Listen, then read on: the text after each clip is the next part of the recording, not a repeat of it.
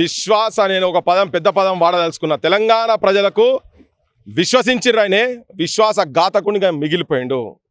గొప్పగా పొగిడిండు, అది వేరే విషయం. అది వ్యక్తిగతకు సంబంధించినటువంటి, నేను కూడా పొగుడుతా ఆయనను వ్యక్తిగతంగా. కానీ రాజకీయంగా ఆయనకు నాకు మొదటి నుంచి నడుస్తూనే ఉన్నది. ఆయన రెండు కళ్ళ సిద్ధాంతము. ఆయన చంద్రబాబు వెంబడి తిరిగిండు, నేను ఇక్కడ ప్రజల ఆకాంక్షల గురించి నేను తిరిగిన. ఇక్కడ ఆత్మహత్యలు జరుగుతుంటే మేము గుండె కద్దుకొని హక్కున చేసుకున్నాం వాళ్ళను. కానీ ఈయన మాత్రం ఆత్మహత్యలకు కారణమైనటువంటి వ్యక్తుల చేతులలో రేవంత్ రెడ్డి అప్పుడు ఉండే. సో ఆయనకు నాకు తేడా వేరు, మిత్రుత్వం వేరు. సమాజం గురించి, తెలంగాణ ఆత్మగౌరవం గురించి జరిగేటువంటి పోరాటాలు వేరు. ఇక్కడ బెలిలతకను నరికి చంపినప్పుడు, గద్దరన్నకు గాయం జరిగినప్పుడు, విమలకను ఇళ్ళకెళ్ళి బయట పడేసినప్పుడు ఈయన యాడున్నాడో సమాజానికి మొత్తం తెలుసు. కానీ మా బోటలము ఉద్యమకారులెంబడ ఈ ప్రాంత అస్తిత్వాన్ని కాపాడే పనిలా మేమున్నాము. సో మిత్రుత్వం డిఫరెంటు, ఆ స్నేహితం డిఫరెంటు. కానీ ఇక్కడికి వచ్చినప్పుడు ఆయనే తెలంగాణ పక్షపాతి మాత్రం కాదు, మేము తెలంగాణ పక్షపాతులము. ఆయన కేవలం అధికారం కావాలి, పైసలు కావాలి, దందాలు కావాలి.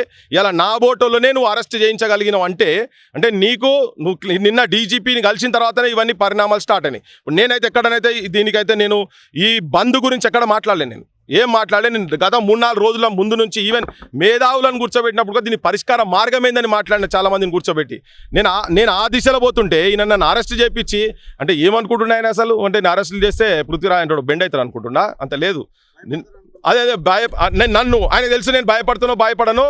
నేను ఆయనతో దోస్తాన్ చేసినప్పుడు ఆయనకి బాగా తెలుసు, నా క్యారెక్టర్ కూడా బాగా తెలుసు ఆయనకు. ఆయనతో అనుకుంటున్నావు టైం పోయింది కాబట్టికే ఇది అలసిపోయిండేమో అనుకుంటున్నావు. అలసిపోడు కాదు బిడ్డ, నీ అసంటోళ్ళ ఎంబడి పడతా. నేను ఊకునే సమస్యనే లేదు. నిన్ను చక్కగానే చేస్తాం, లేకపోతే నిన్ను గద్దె దించుతాం. ఈ రెండిట్లో ఏదో ఒకటి జరుగుతుంది. చూడు, అది పక్కా జరగబోతున్నది.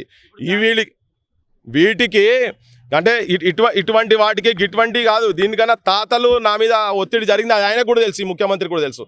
అప్పుడే నాకు అన్ని సలహాలు వెనుక ఓడు అనే కొత్త ఏం కాదు, చాలా మందికి తెలియదు కావచ్చు. కానీ ఆయనకు తెలుసు, బాగా ఆయనకు తెలుసు. నేను కూడా మొండోనే. కానీ నేను ఏదైనా పట్టుకుంటే అది ఏమి అంత ఈజీగా నేను వదిలిపెట్టే సమస్యనే లేదు. నా శ్వాస ఆగే వరకు జనం గురించి కొట్లాడుతూనే ఉంటా. నేను ఎక్కడున్నా ఏం చేసినా నేను కొట్లాడుతూనే ఉంటా. నన్ను అంత ఈజీగా బెండ్ చేసుడు ఆయన కాదు. అది చెప్తున్నా కదా, ఆయన గురువు చంద్రబాబుతోనే కాలేదు, ఈయనతో అసలే కాదు.